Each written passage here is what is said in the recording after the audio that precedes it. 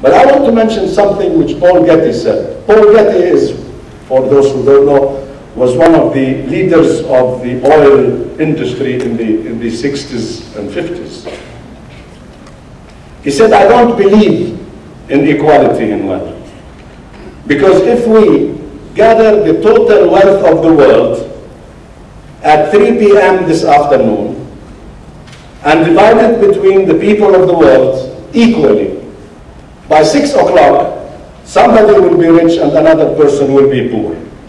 So don't waste your time talking to me about equality in the world. Now that is one philosophy of approaching the inequality in the world.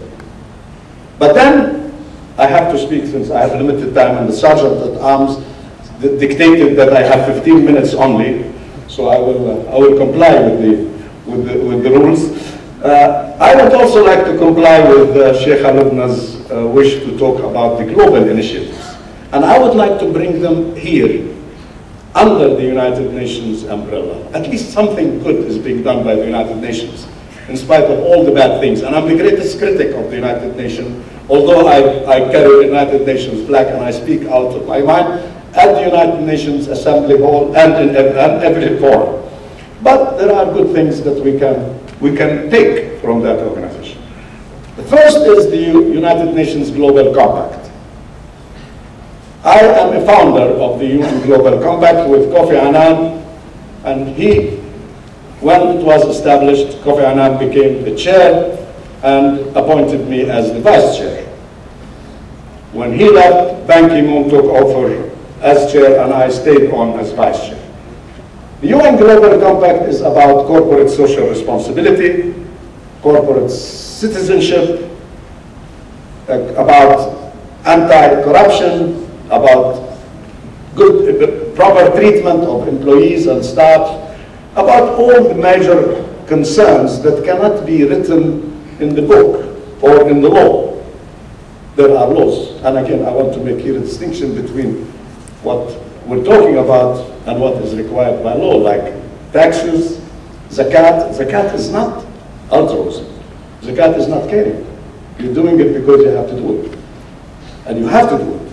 But you cannot take pride in saying, I am paying my zakat. You have to take pride in doing what is not asked of you by law or by request.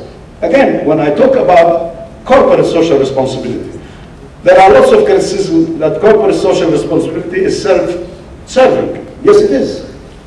But at the end, I know that through and I think we have a brochure available about our corporate social responsibility project.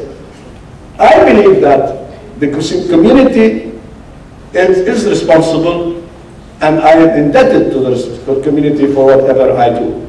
Therefore, I'm paying back the society. And by paying back the society, I get back, they pay back again.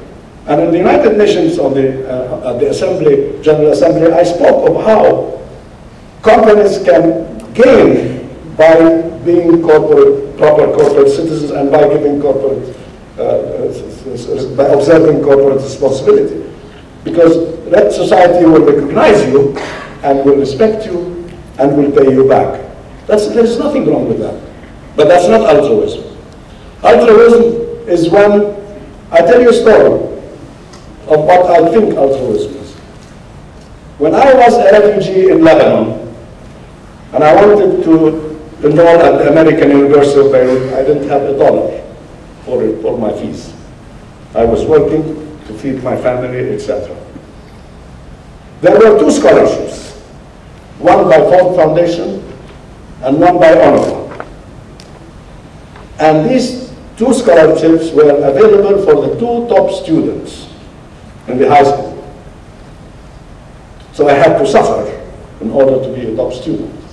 And that's what I always talk about when I meet students all over the world, and I like to address my grandchildren, the students, because all my grandchildren are your age.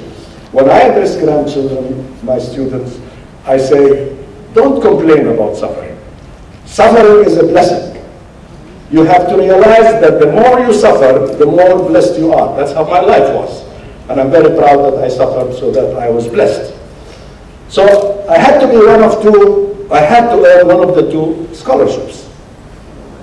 The second colleague, who was the second top student, we had to agree between us who will apply for which.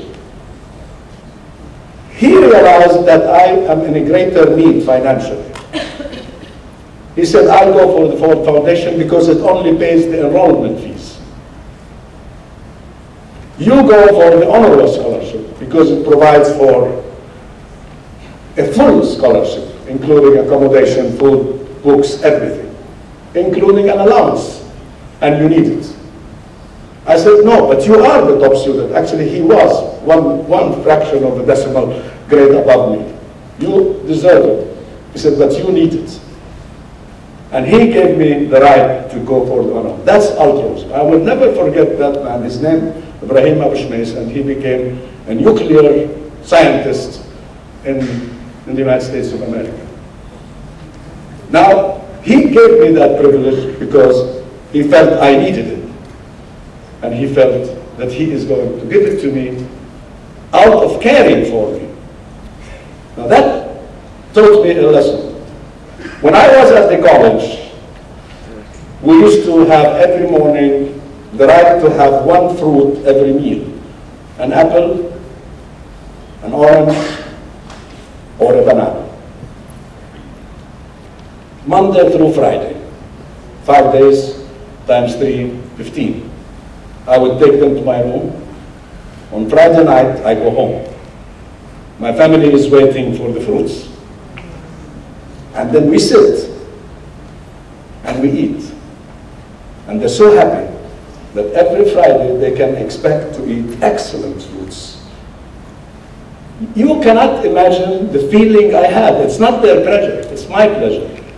The pleasure I had when I saw the smiling faces and the looks in my eye, in the eyes of my mother, who saw and didn't express that instead of me eating them, I kept them to bring them home. This is altruism. But all other forms of social responsibility are great. And they're not exclusive. You have corporate social responsibility under the Global Compact, which I mentioned, where we have and we demand companies who are members of the Global Compact to supply us with annual reports about compliance with the 10 rules of the Global Compact, and we still do.